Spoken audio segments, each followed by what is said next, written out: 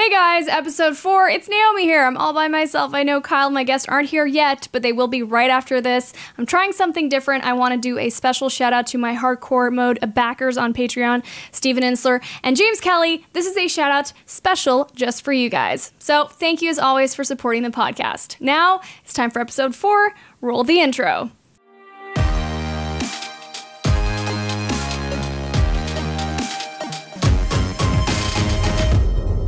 Hey everybody, I'm Naomi Kyle. Welcome to Everybody Games. This is a podcast where we like to talk about video games and have one of our guests, which is usually a friend. We always have a guest over. This time it's not. No, I'm joking. It is. Yeah, of course you're a friend, man.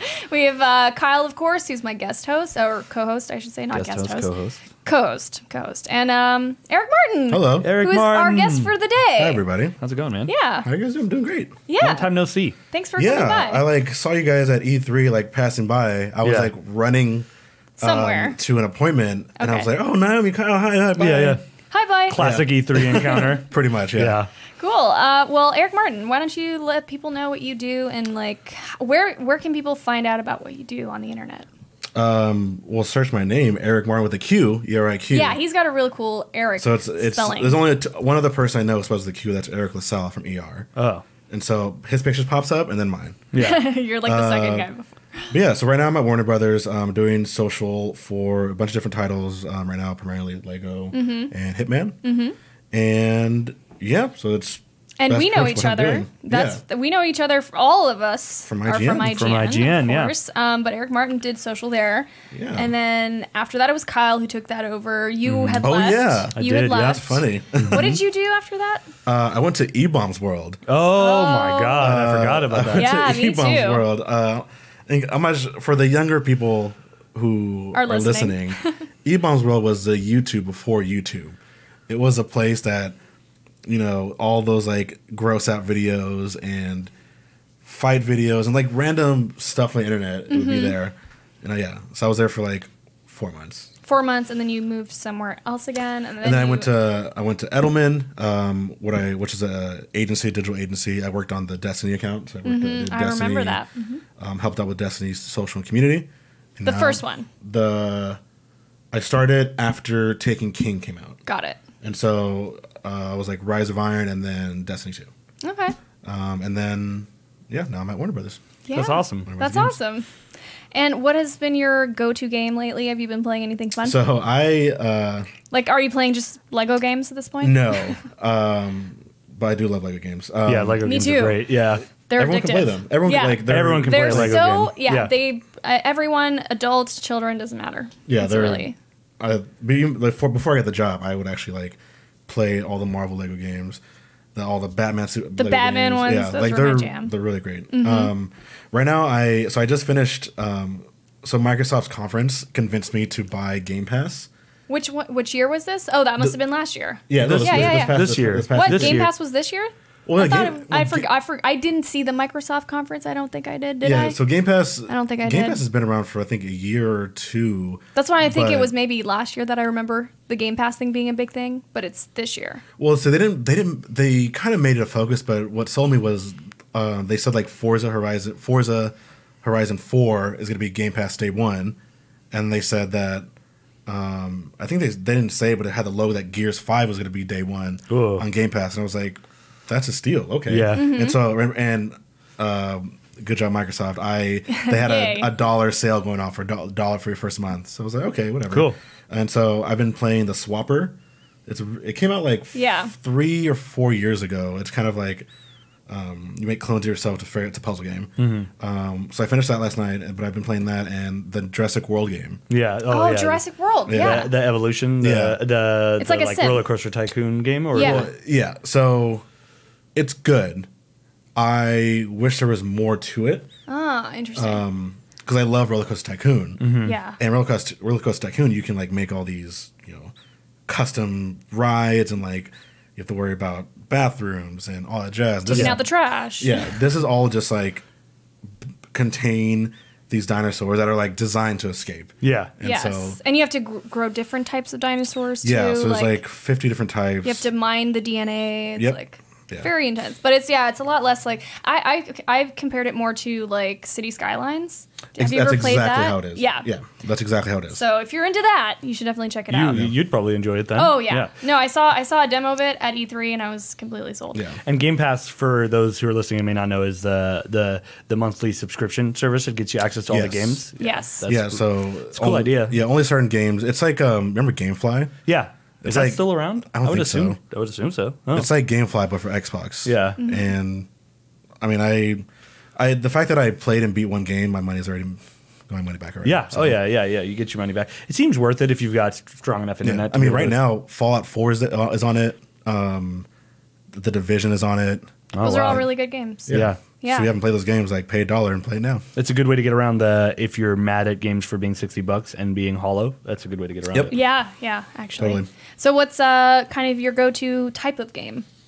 Do you have like honestly, you're kind of in between everything. You like play a lot of shooters. I play everything. I play shooters, sports games. I just like a month ago I finished the Dark Souls remaster again. Oh yeah, I started playing that.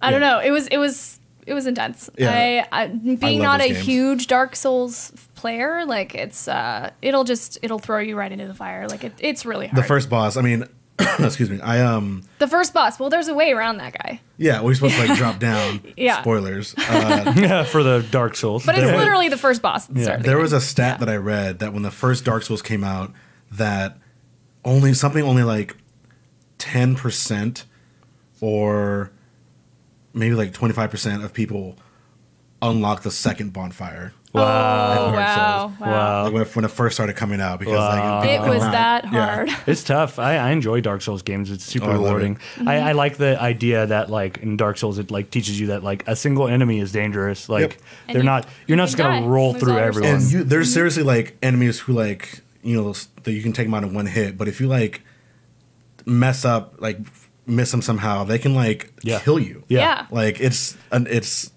very punishing, but it's also rewarding.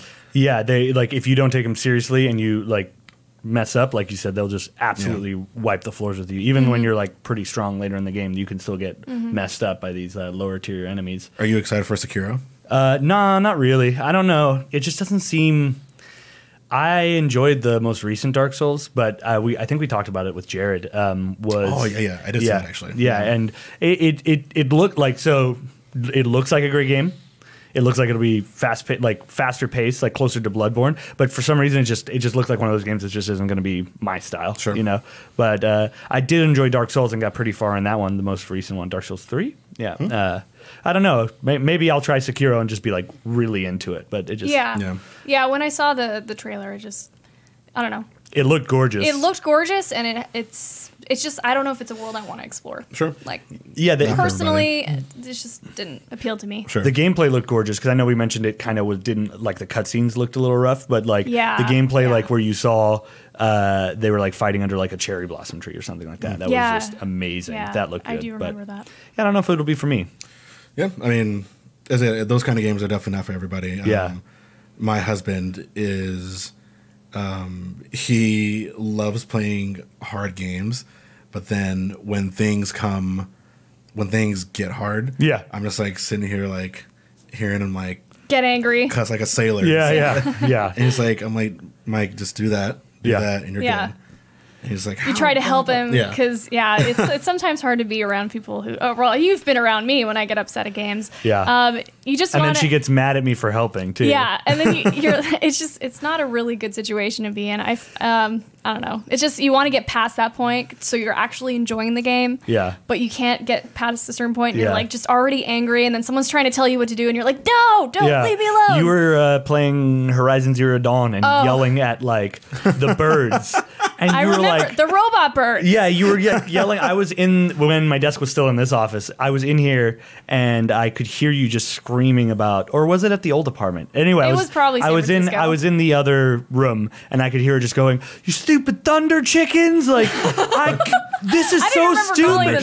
You were just saying the funniest thing. Yeah, because I was just like blurting out. Yeah, because I remember you called them something interesting. Because I walked out, I was like, "What are you fighting?" That's thunder chickens. Yeah, obviously. Chickens. Like, what am I thinking? Total set. Yeah. No, yeah. Naomi gets real mad at games. I do. Yeah. Me too. And it's just this, you want to get past that point because at that point you're not really enjoying it. No. Like that's why like I pick and choose now. Like I don't want to play games that are too hard that are going to make me frustrated because it's hard to get out of that mindset once you're there. I actually enjoy that. You enjoy that part because then once you do get it, exactly like people. I had a lot of friends who didn't play Cuphead at all. Oh yeah, and Cuphead's a good example. Like it's literally just bosses, and there's one boss, the dragon one, that I died like I think 150 times. Whoa. Oh my god, that's a lot.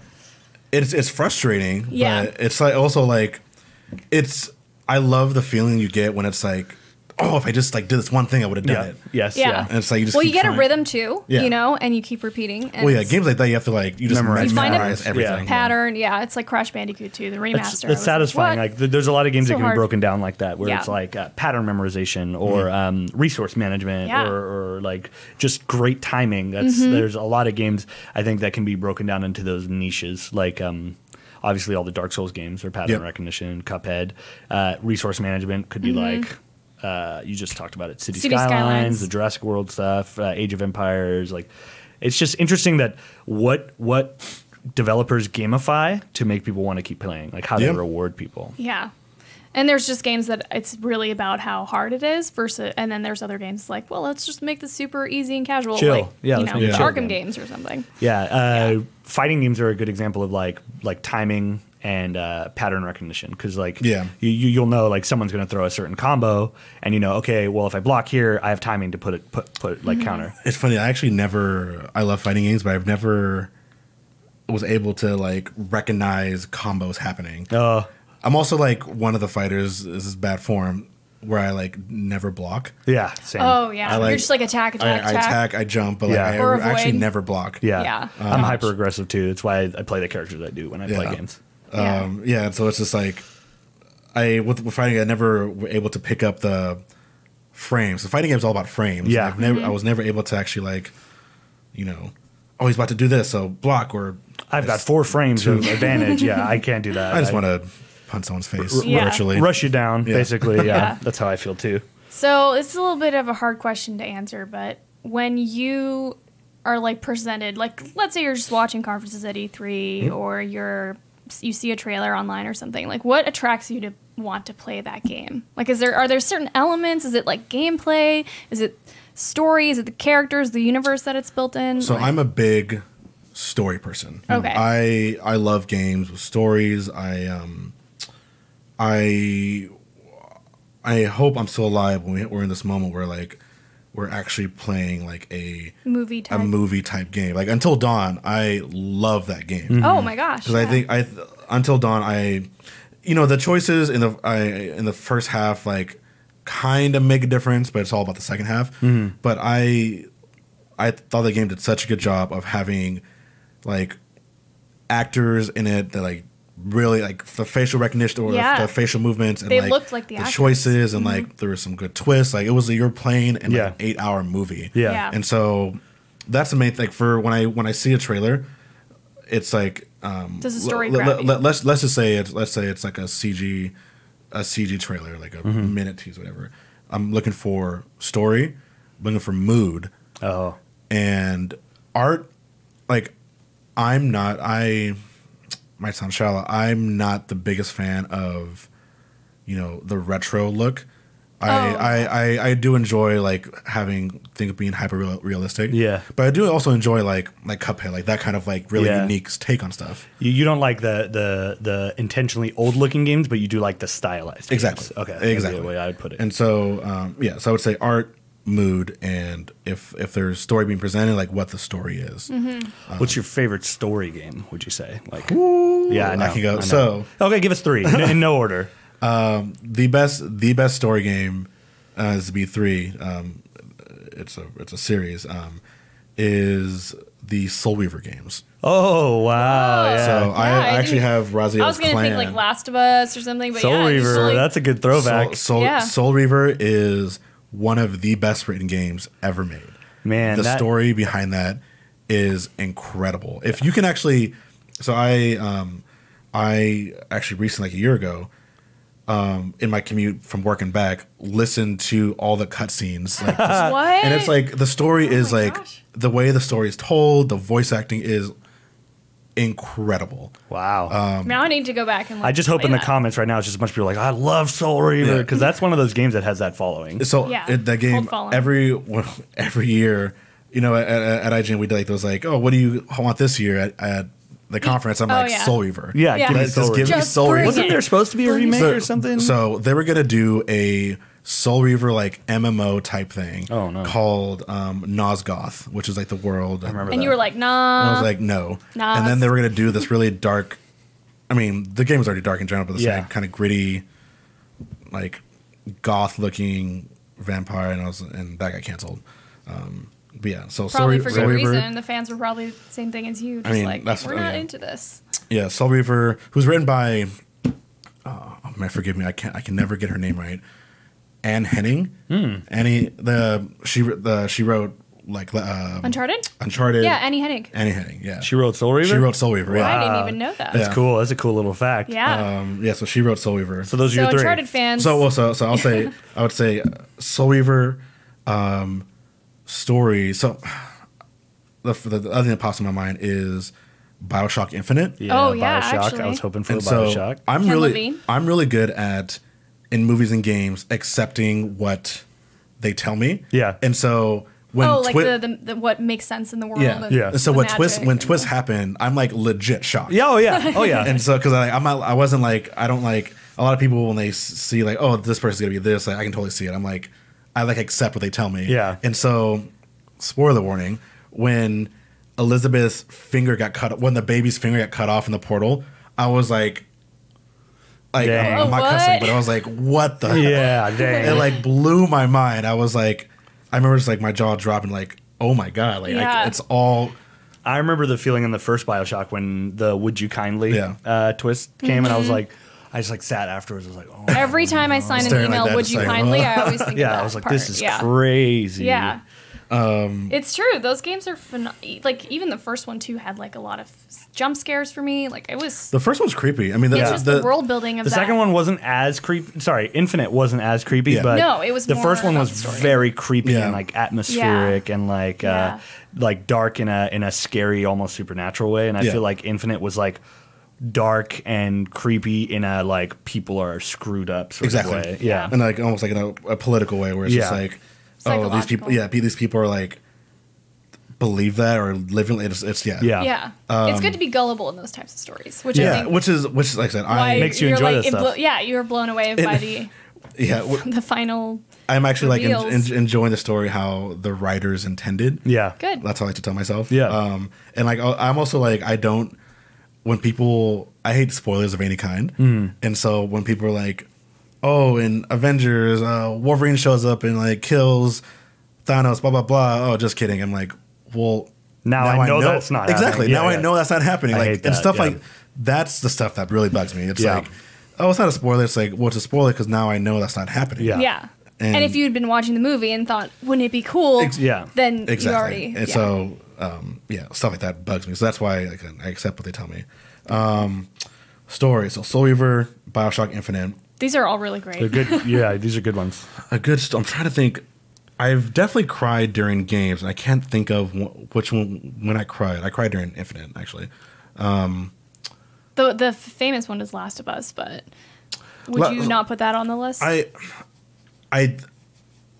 know there's something that I personally like better than Last of Us. I just don't know what it is. I can't think of it because there's like Maybe it'll come to you. like I like stories and games that are like engrossing you in that world and are not holding your hand as far as lore is concerned, which is where I go back to Soul Reaver, where it's like it was, oh yeah, duh, Snake Eater. Oh, Snake okay. Eater. There we go. Sorry, there it goes. You got it. Because I say like Snapped in. like because we'll say with Soul Reaver and just like Snake Eater, both games had some cutscenes that lasted like 30 minutes. Oh wow, And it's a long cutscene. So that's a TV show cutscene. yeah, and so like there's Watching like a whole there's show. like there's like cutscenes in 30 minutes might be exaggerating, but there's scenes like in Snake Eater that's like 15 minutes. Yeah. And you're just like watching this unfold and it's like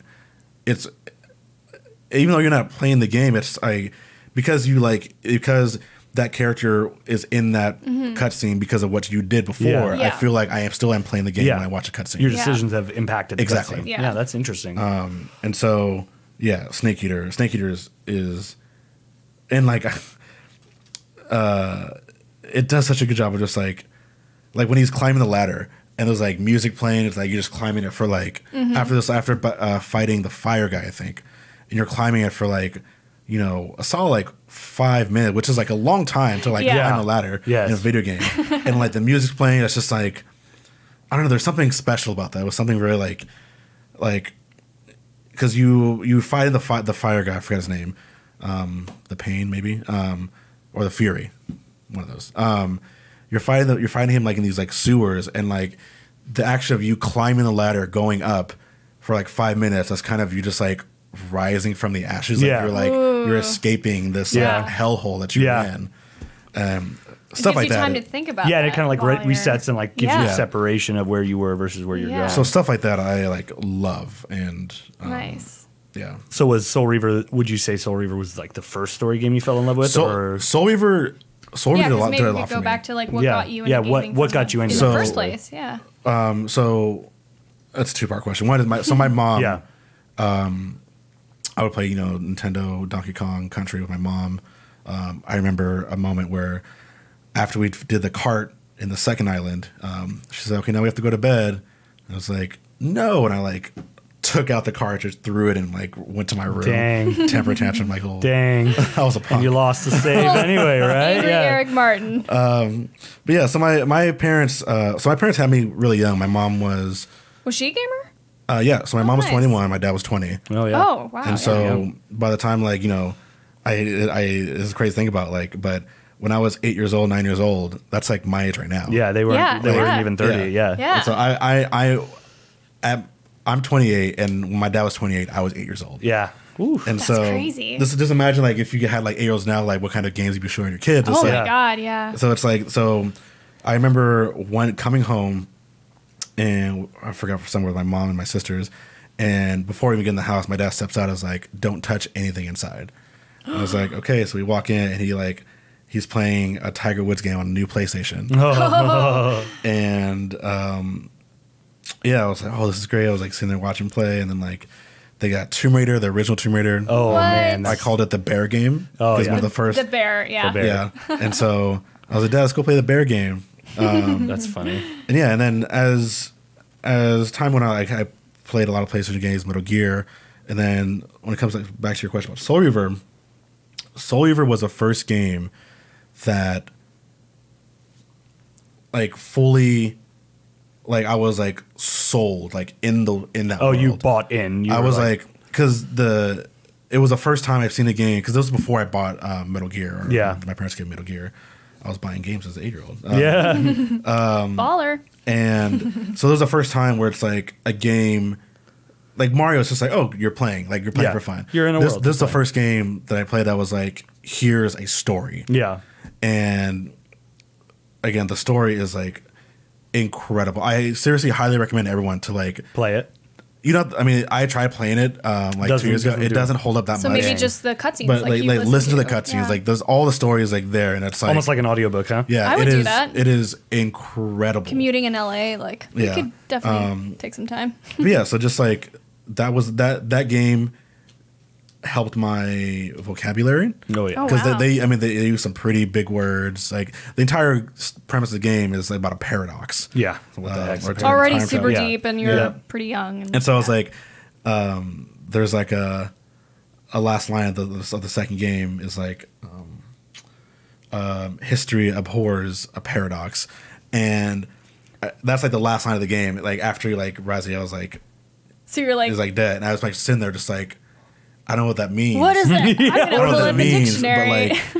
but like the way that voice actor said and the way it just ended was just like, what? You're like I feel okay, like, you know, like when you know, what like do those words mean? There's some words that like people use. They don't know what it means, but they know when to use it. Yes. Yeah. They understand the context. Yeah, and so I didn't know what those words meant, but I knew like it wasn't. That was like a powerful. Dude. I really want to get that tattooed on me. Actually, that'd be, But yeah, so that helped my is like a moment that had like gravitas. Like you're like, this is like there's weight to what just got said. Yeah, everything in that game. Again, praise be to Annie Henning, Handmaid's Tale, for writing that game, because that game legit changed my life. Like the way I viewed video games, the way I, appreciate art. Yeah, games as art. Yeah. Because that is a conversation a lot of people have too. It's like, games art? But I'm on your side where I do think is that even a debate anymore? Like who's debating that it's not like old whether dudes? or not I don't know. I hear it. You still hear it today. It pops up every now and then, but it's not as deep. It's not like a thing that's current. Like not people. Well, there was like an article recently. I totally could be wrong, but like someone had said like, if games are being taken seriously as art, they have to like you can't censor people's art. You can't like be like, we want this game but not this game. Which I understand. Like you don't want murder sims on Steam and stuff like that. But it does bring up a question that's like, think of it this way: if someone has a painting that could be offensive, people are like, that's offensive, but it's like, okay, it's art. Yeah. But when it's a video game, it's like, yeah, we don't want that on their platform at all. Like, of course, take it down. But it does like, in my opinion, I think it lowers the reasoning for having games be art, because you are doing art should be one standard across the whole thing. I think. Yeah. And so it's a gray area, because like, again, I agree. We don't want those like murder sims on Steam. But movies can be offensive. Like art can also be like blasted and get ironic that I'm like, who's on the other side of that debate? But like for me, with the like literal the you can't censor people's art, and while censoring games on platforms, it's not that you're saying, hey, you can't make that. It's that, hey, you can't show that here. Yeah. Like it's which you're totally right. Actually. Yeah. Because like you can make the most offensive art as you want in the world, but a business owner isn't obligated to display it on their wall. Yep. Yeah, you're totally right. And so for me, similar to how you curate comments in a comment section. You can any business's platform. You can say that. Facebook you just can't say that here. Like that's like no. Yeah, you say it. Go say it. Freedom of speech, bro. Yeah, exactly. Freedom of speech is not freedom of consequence. It's like I'm a coffee shop. I'm curating the art in here, and I'm sorry. But also freedom of speech is like a government thing, not like a business. Like a business deleting your stupid comment calling people cucks and SJWs is not a freaking infringement of your freedom of speech. You can still go say that somewhere without getting sent to jail. They just don't want that comment in their comment section, and that's like you wouldn't be able to go into a Starbucks and start screeching on the top of your table and start saying that at everyone who you disagree with and expect them not to call the cops and get you pulled out. Like that's I believe in freedom of speech, but like as I said, freedom of speech is not freedom of consequence. You're totally right. Yeah, and I think it's... So you're saying that the article was trying to make an argument that because games are curated in this way that maybe they're not art? Yeah, I honestly I forget what the outlet was. I just remember reading the headline and a couple paragraphs deep, and I was like, okay. Like games are so clearly art. Like it's like I don't even think it's up for debate. You know what I mean? So like there's another side to like the art's engaging. There's another side to it, but that doesn't. I mean, artists have done that for years, where they like create experiences in their galleries and art is creating. If you create something, you're creating art. It's art. I mean, garments, clothes is art. This cup is art. The design of a cup is art. Somebody designed this Overwatch logo. It's a very. We're showing a gloss for those of you listening. It's a very like almost obtuse concept or like obscure concept, but like if you're creating, it's art. Like like Naomi has a what's that called, a palette, like from her painting, from the Bob Ross palette. Like a Bob Ross palette off screen right here, and it's got like paint that she's brushed onto it just to clean her brush. That's still art. It's still art. That's still art. It's still got colors. And you can't say like like from games like The Binding of Isaac to God of War to Minecraft, like that's all art. So okay. I'm really glad we're having this discussion for this podcast, by the way. Art. Well, not just that, but I think it's a huge thing to be talking about, especially for a gaming podcast. And not only that, but it'll be interesting the day we have someone here who disagrees with us and thinks, no, games aren't art. Yeah. Which I have met some people that think that. So my question is, yes, what game can you think of? Like when you think of like gaming as, if you're trying to convince someone gaming is art, what game would you show them? There's two that came to mind, but you go first. There's Fez. Okay, Fez, interesting. And I also really think that Ori and the Blind Forest, like, very strong. But you could say Cuphead too, because that's like basically out of a cartoon. What's that one? Limbo? It's not Limbo. It's the one where you're like lost in a desert. Yeah. What is that called? Journey. Oh, Journey. Yes, sorry. I mean, yeah, there's a lot. There's a lot of ones that are art. Like for me, I mean, I always go back to World of Warcraft, but there's like a lot of zones in World of Warcraft that I think are art, like gorgeous. I was playing my druid yesterday, and I went to like the druid hub, the basically like a hub that can take you through portals to like all sorts of different areas. And I got in there, I was like, this is gorgeous. Yeah. And doesn't the music like time itself for each of those areas? Yeah. So like when you think about movies, like the music's timed, like you're walking into or you're seeing people walk into a space, like that's all something that's created and it's an environment that's brought to life and completely out of the imagination of some person who did that. Yep. You know? Totally. So yeah. Games are art, and that's where we stand. Totally but I would love to see the day where we do have a guest who's like, maybe it'll come up in conversation, and we're like, oh, you disagree? I would love to see your point of view on this. Or I would be shocked if someone that works in games is like, games aren't art. Like, I've definitely met someone who worked in games who had that opinion. I don't like them. No, I'm just joking. We're open to that discussion. Yeah, no, I like talking to people with opposing viewpoints. Like I have tons of friends who we like very strongly disagree on. Naomi and I strongly disagree on a lot of stuff sometimes, and I think that's healthy. Like if you're consistently surrounded like in an echo chamber of people that just disagree with you, like your worldview becomes so hollow like all the time, or like super just narrow, like puddle deep, very small. Yeah. So you need to be open to those things. But I want to talk about really quick like the work-life balance of the gamer. Do you guys ever think about that? I do. Do you ever think like, man, like I should be doing something else, but here I am like 3 o'clock in the morning still playing something? Or do you find that you now as an adult been able to manage that better? Is it something that you like? You live with me, you know the answer to that. I don't know, I would be curious to know too, because we're all professionals. You know, we work in a lot of us work in 9-to-5 jobs. We like have to maintain relationships. Like there's a whole other. And just work-life balance sometimes becomes hard as a gamer because you do have to invest a lot of time. These games are hours upon hours, sometimes more, and like you with World of Warcraft, ongoing forever. So how do you kind of like? What are some things that you've learned along the way? You want to go? I guess trying to achieve that.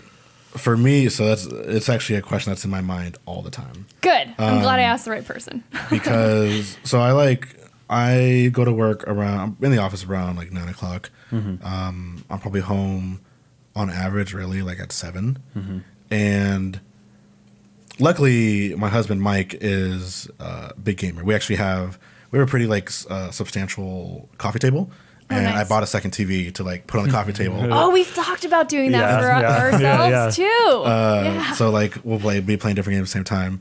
But when it comes to like balancing like responsibilities, like I'm not perfect. Like there's laundry that's been sitting in my dryer that I know I need to like handle, but I'm like, part of me is like, it's not in anyone's way. It's like, I'll get to it later. Like right now, I'm saying I'm gonna get to it tonight, and like if I'm being honest with myself, I probably won't tomorrow. And so there's that, and there's like also, first world problem. I'm also like I love again stories, so following or keeping up with TV, and so like it's like, do I play this game or do I finally catch up on Handmaid's Tale? And I know it's like a stupid like first world problem, but it's like I just like I enjoy intaking again stories. Consuming, that's what I was looking for. I mean, it's maybe not a good term for it, but intaking. I enjoy consuming entertainment. I enjoy like getting involved in a story and so an experience. Yeah, it's just like fine. Like I don't want to. I'm not the person. I'm not the hermit. We were talking before. Like I love going out. I love going to bars, Socializing. drinking. I like doing all that stuff. And there were definitely some times when I was younger when I would flake on people because I was like, ugh, I don't want to go. I'm just gonna like play this game. Yeah. And as I've gotten older, I've definitely stopped doing that because one, that's really messed up.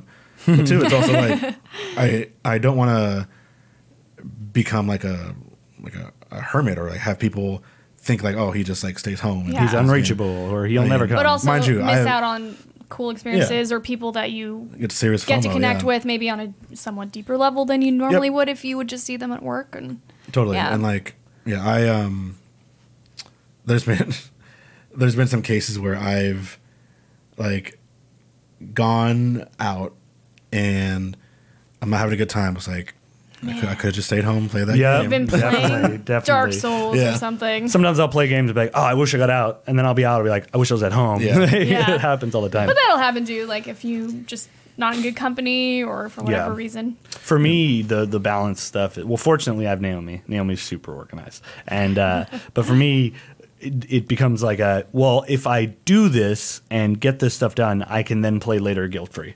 And that's kind of like the way I motivate myself into it. Like if I do whatever errand I need to do, but if I do complete the errand that I need to complete or go out and do whatever task I need to do, dang it, I'm sorry. No, it's so funny. I can play guilt-free. I can do however many hours of competitive I want to do or this and that. It's a reward for yourself. It's a reward. That's how I do it. Yeah. I have to gamify it, but there we go. Okay. That's pretty smart. It's just like that challenge of, making that first step. Yes. Like, of like, okay, now's the time I'm going to do laundry. Like, once I'm actually like start it, I'm good. Yeah. It's just like making that first leap of like. You have to mentally prepare yourself. Yeah. I've noticed that in myself too. Like there's some days where I'm just like, I can't even think about doing it. So, but if I do purposely, I'm like, okay, I'm going to sit down for 5 seconds in front of my computer and be like, okay, I can imagine myself going to the washing machine and dropping clothes in and getting really into it. Yeah. And like I have to like prepare my mind before doing any sort of chores that I just hate doing, which laundry is one of them. The best motivator is people. Bringing people over. Inviting people to your house. Actually, like you. Or, totally. Or actually having Kyle help me, too. Yeah. Because if I see Kyle, like, is helping, I'm like, I'm a little bit more motivated to do it. So, I will never do it myself, but if Naomi's like, hey, I need some help, like, I don't care. I'll leave this game right now. Like, but if I'm like, have to make the choice, like, having a great time or completing menial task, like, okay, I'm going to keep playing my game. But when Naomi asks for help, I'm like, okay, cool, I'm up. Yeah. What do you need? Yeah, and usually it's fast, and it gets the job done faster. Yes, yeah. Yeah. Sorry. I was gonna say it's kind of like that. It's kind of like you're low key shaming somebody. Yeah. Like whenever I see Mike cleaning, I'm like, damn it, I should be helping him. Yeah. We literally had that exchange, Kyle and I, before you came over because the house was a little bit messy. So I started cleaning. The house was is like, super I feel nice. guilty. So super clean. It needed a little bit of tidying. Like it wasn't intense, but did I ask you to help this time? No, but I was playing Overwatch. You actually just helped, you were cleaning. I was like, okay, like I'll take a break. I was like, I'll pick up the room and the bathroom and all this stuff, and we'll be good. And I actually didn't even have to tell you that. Yeah. That's good. That's good relationships right there. Yeah, it's good. Well, she does a lot around the house, so when it happens, when she needs help or I know it'll make it faster, like it's easy for me. Guilt's like a bummer thing to have to. You don't make me feel guilty. I just mean like if you're gaming or if I'm gaming or doing I make myself feel guilty when you're cleaning. I'm like, I should have cleaned. Yeah. Mike doesn't make me feel guilty. Yeah, no, I didn't think he did. Sitting down with my playing Dark Souls and he's like doing the dishes. I'm just like looking over like, oh, should I help him? Should I keep playing? I always ask him like, you need help? And she's like, no, I'm fine. Sometimes she'll tell me not to get up. I'm like, okay, that's cool. But usually like my tasks are like, stuff. There's certain things like I own around the house for my for the errands, and I'm like, if it involves carrying something heavy a long distance, like I'll go take the trash out, I'll go do the recycling, I'll go take if anything needs to come from. You're actually really quick to that. Yeah, if there's stuff that needs to come from the garage and up, or vice versa, like I'll do that stuff, no problem. If there's a bug, I'll kill it. If I hear a noise in the middle of the night, I go after it. Like, there's certain things that are like, So overall, division. it does sound like we have somewhat mastered the work-life balance as adults. Yeah. It can always be improved upon, I think. Everything can be. Like there's Constant nights. improvement. There was one time I like played City Skylines until like 4 a.m. So funny. Same. Yeah. But you know, those will happen less and less. Like that used to be me as a kid, but now it's like I'm an adult, and so that'll happen maybe twice a year, 3 times a year. Oh. It's not that. It's a lot longer than that. Okay. So what would you say is your best advice then to somebody who's like trying to master that? For me, it's hard to it's know yourself. Know yourself. Like I know, so I have to wake up I have to be in work by 9. So I know if I go to bed before 2, I'm good. Oh yeah. I know I'll wake up. I might be a little groggy, but I know I'm good. So it's like, I think it's all about knowing time management. Know yourself. Know about the person you're living with, like what they tolerate. Yeah, it's just like, and also like don't be afraid to game. Like some people, some comedians or pundits say like stay in the basement till 3 a.m. blah blah. Like that's not a bad thing.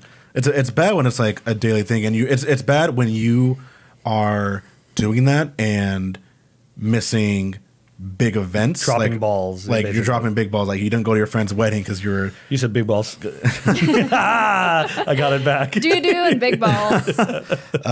For missing big events because you're gaming. Like that's when it becomes a problem. That's like when that World Health. The recent news about that. People were like all up in arms about it. I'm like, no, but what they're talking about is a legitimate issue. And a very specific thing and not as prominent as people think. Well, the problem, though, is like the headline is like... Yeah. This, like classified as disorder or whatever. But it could literally apply to anything. Like totally. You could have the water drinking disorder. It's because all I do is drink water. Well, that would kill you. But 20 hours a day, and then I miss everything I need to do because I'm drinking water. You could do it with watching movies. You can do it with television. Like it's totally something that could apply to different mediums. It's not just about video games. Yes. But now they have a definition for it, which they have for gambling and all those things. But yeah, cool. So I'm glad we touched on that, guys. Is there anything in the news recently that people have been talking about? I feel like ever since E3, it's kind of like taking a dip. People are kind of chill for a bit. People are San Diego chilling. Comic-Con. This is a time where people are just like laying low. Like event season has started with E3, but this is like this might actually air during Comic-Con. I just realized. Oh, nice. Yeah. I'll be there. Nice. Fine. Yeah. We will too. Oh, we really? will. Yeah. Nice. Not working. Probably for just fun. taking in the event this dope. year. We should For connect. funsies, Definitely. absolutely. Party. Yeah. What's your favorite thing about Comic-Con? Oh, sorry. Were you going to say something? No. Let's hear it. I forgot what I was going to say now, but favorite thing about Comic-Con. Yeah. I'm a lot of people don't like crowds. I actually love crowds. Yeah. And the gas lamp area, like people, I have friends come up to me all the time, like, Eriq, give me a badge for Comic-Con. Like, can you give me a badge for Comic-Con? Oh, sorry, that's my phone. And I was like, no, I can't. But if you like can find a hotel, like, if you can find a hotel, but there's like tons to do outside of the actual convention, even in the back of it or the front. Like, there's downtown San Diego, the gas lamp is taken over by Comic-Con. Yes, all the bars are filled. You can like go there and just like go there just to drink and people watch and eat. And when I go to Comic-Con, when I'm at work, when I go for fun, I'm probably honestly on the show floor. I'm there from like usually Wednesday to Sunday. I'm probably on the show floor for a total of like 10 hours max. Max, man. And like, but most of I'm like outside, just like drinking, like having a good time, like seeing like in like especially in the entertainment games industry, it's like there's some people you only see certain times a year. Yeah. E3, Comic-Con, PAX maybe. Yeah. And so this is excuse me. And so this is a time for people to. This is also my time to like hang out with friends, people I don't usually see. Catch up with people you haven't seen in a while, and I like San Diego Comic-Con. It's my favorite convention, and also San Diego is an amazing city. Yeah. My joke is it's as if San Francisco and LA had a really cool kid. Exactly, and it's exactly like that. And I would live in San Diego. That's the same reason I was like against myself moving to LA. The same reason for San Diego. San Diego's too big. It's way too spread out. Yeah. You need a car. You need a car. I don't know how to drive, and so, which is going to blow people's minds. Yeah, I'm a 20-year-old man. I don't know how to drive because I lived in San Francisco. And I was like, no need for a car. Nope. You could pick it up easily, though. Yeah, I'm kind of afraid, actually. Just play some Mario Kart. No. Well, no. so side note, during my bachelor party last year, I went to Mexico. I went to Cabo with my groomsmen and some friends, and we did like these like buggy. Oh yeah, things. like go-karts. Yeah. Yeah. It wasn't go-karts. It was like an ATV like buggy type thing. Oh, like the full-on going out in the dirt road and we drove on the beach on the dirt road and stuff. I killed it. Like I mean, obviously it's just like, but you had to like brake, you had to turn, then you had to park. Like I killed it. Yeah, and that's actually a baby step to driving. Yeah, and like there isn't much to driving, but it's getting over the fear, like getting over the lack of experience. Like biggest challenge to driving is starting to do it a little bit, and then. Yes. I didn't want to interrupt you. No, you're fine. Go ahead. No, I didn't want to. No, I think the biggest challenge to driving is trying to anticipate what the other stupid people on the road are doing. Always drive defensive. Like, yeah. Yes. That's.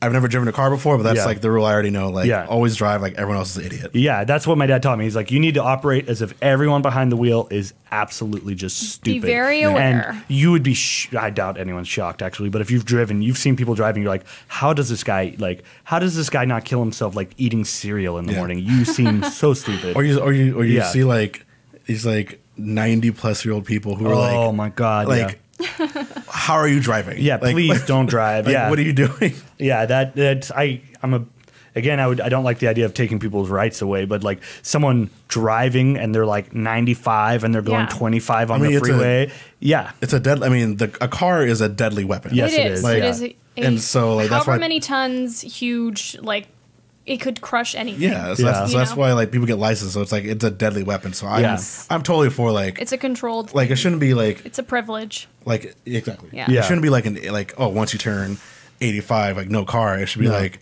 once you turn a certain age, maybe you get more tested. Yeah. Or like more regularly updated, tested. Yeah. Like there's like some people who like they hit they start get they can't see that well and all that stuff. Yeah. But like their licenses doesn't expire for like 6 years. Yeah, they still have it for that time. And it's like they're like, I'm fine, I can drive. Yeah. I still have my license. Mike's I hope Mike doesn't mind that I tell the story, but Mike's grandma and grandpa they like consistently get lost when they're driving.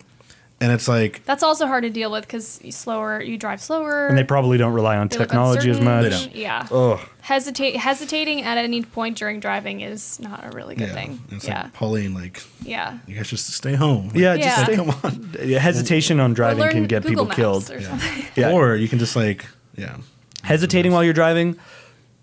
Hesitating and driving slow can get people killed just as realistically as like driving way too fast. Oh, totally. Yes. Yeah, totes. I had I was riding my motorcycle in San Francisco, and I had a guy I don't know why, I assume it's hesitation or being confused, just stop at a green light while I was behind him, and I had to tuck and like move and like not end up a bug splat on the back of his window. Splat. Yeah, it was scary, but that's why I'm so like, don't hesitate while you drive. Make a decision. Commit or don't have distractions. Like there are so many people caught on Reddit. I see this all the time. Like young people actually our age who are eating cereal while driving. That's a funny and like on their phone doing their makeup eating cereal. Like, don't do it. Like, Always Sunny in Philadelphia has a great episode. Or anything. Like you need to be focused on the road at all times. Always Sunny in Philadelphia has a good episode where Dennis is eating cereal while driving, but like in a bowl. I remember that. Yes.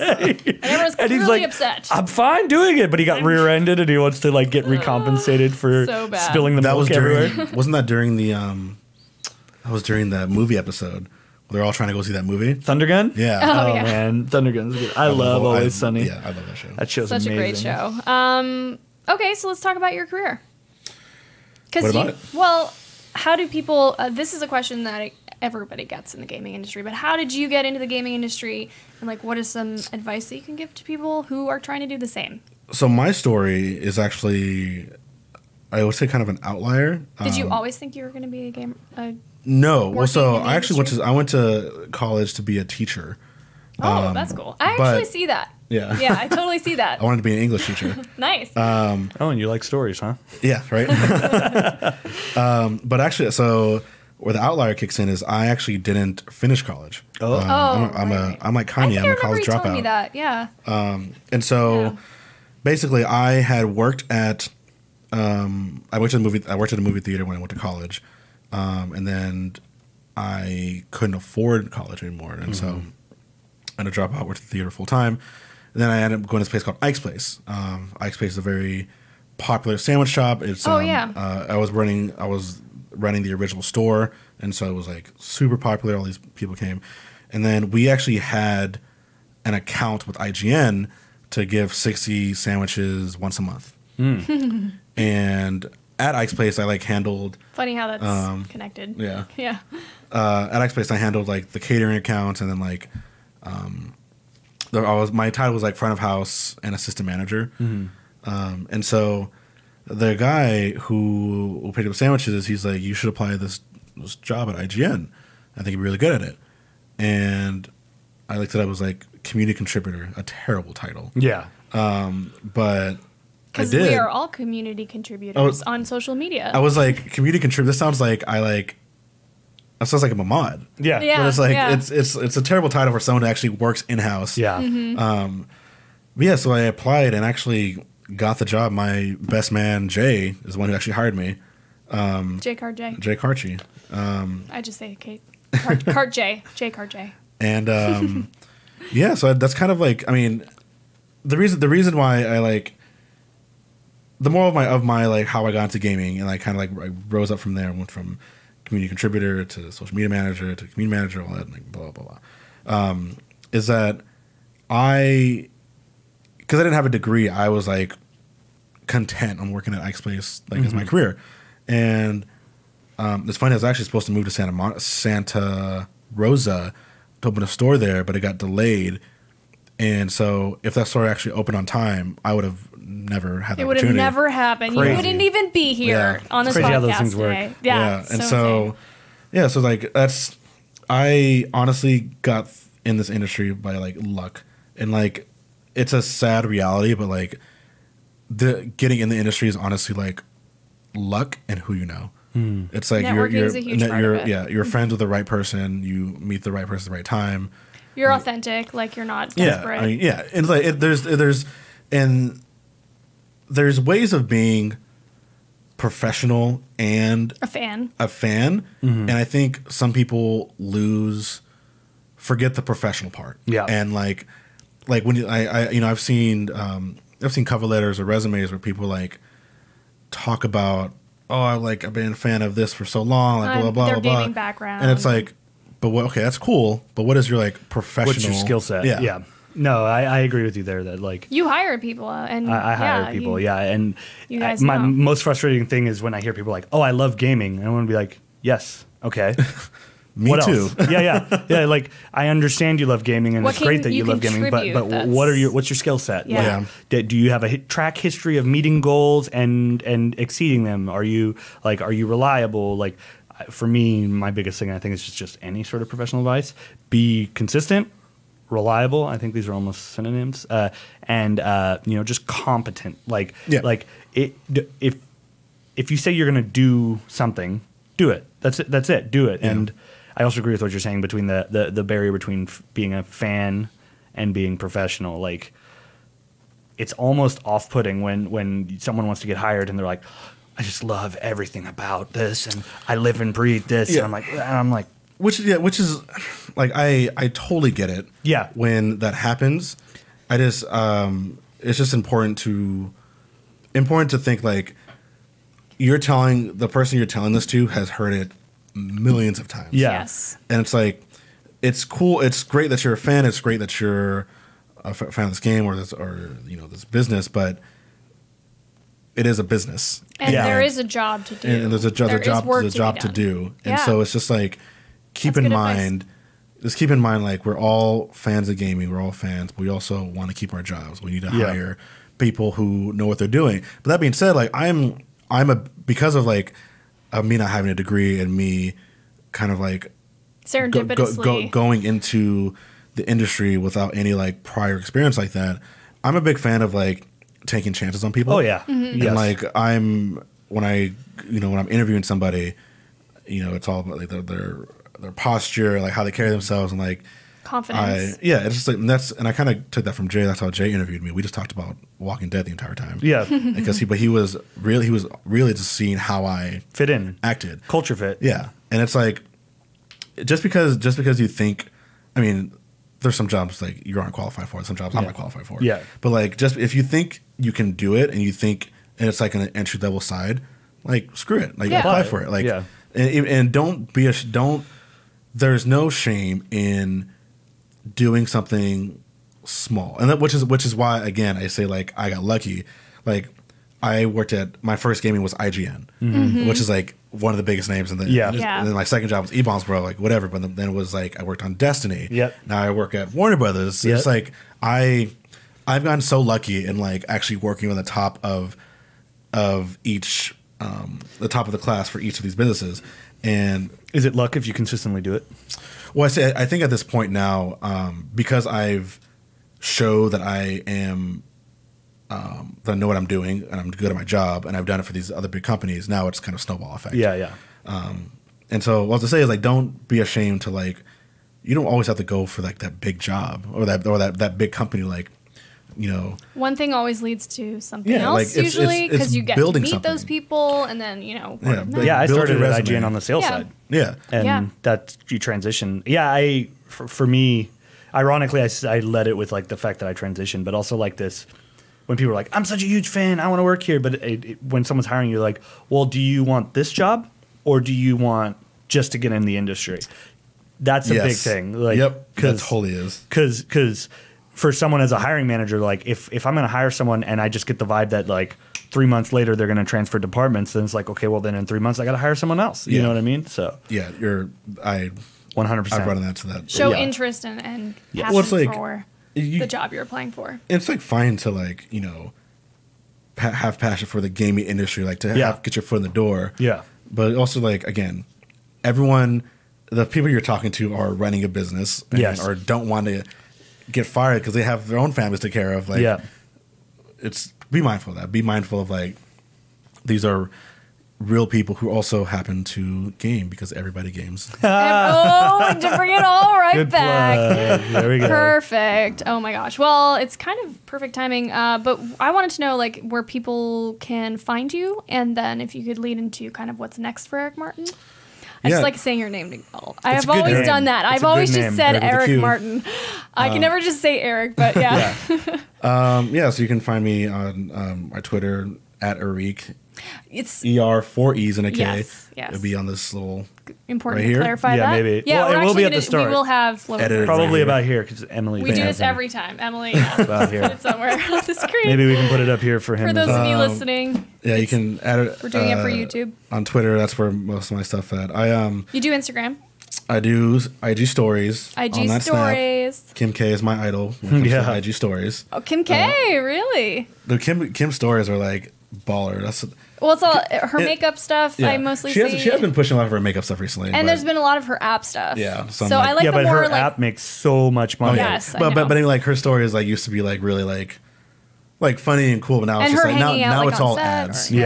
Which is whatever. But so I'm probably like somebody unlike your other guests. I'm actually not really doing my own projects. I'm at this stage in my life where I would love to, I want to, but I don't have the time and or resources. And I going against my own advice. I'm also scared to just like start new.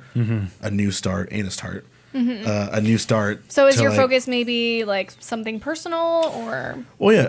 Personal goals? I mean, right now, so we're like, my husband and I are looking to buy a house. Yeah. We're getting kicked out because our new owners don't allow pit bulls. Aww. And then we have a pit bull lab. His name's Bulbasaur. Maybe I'll give you a picture of him. I actually haven't seen your pit bull. Oh, I mean, I'll show you a picture. We're going to have to see photos of that. Here's a picture of him, you guys. It's right here. Boop. Right there. Magic. I'll make sure we get some of that too. Or if it didn't pop up, then it's just me doing that. Yeah. Totally works either way.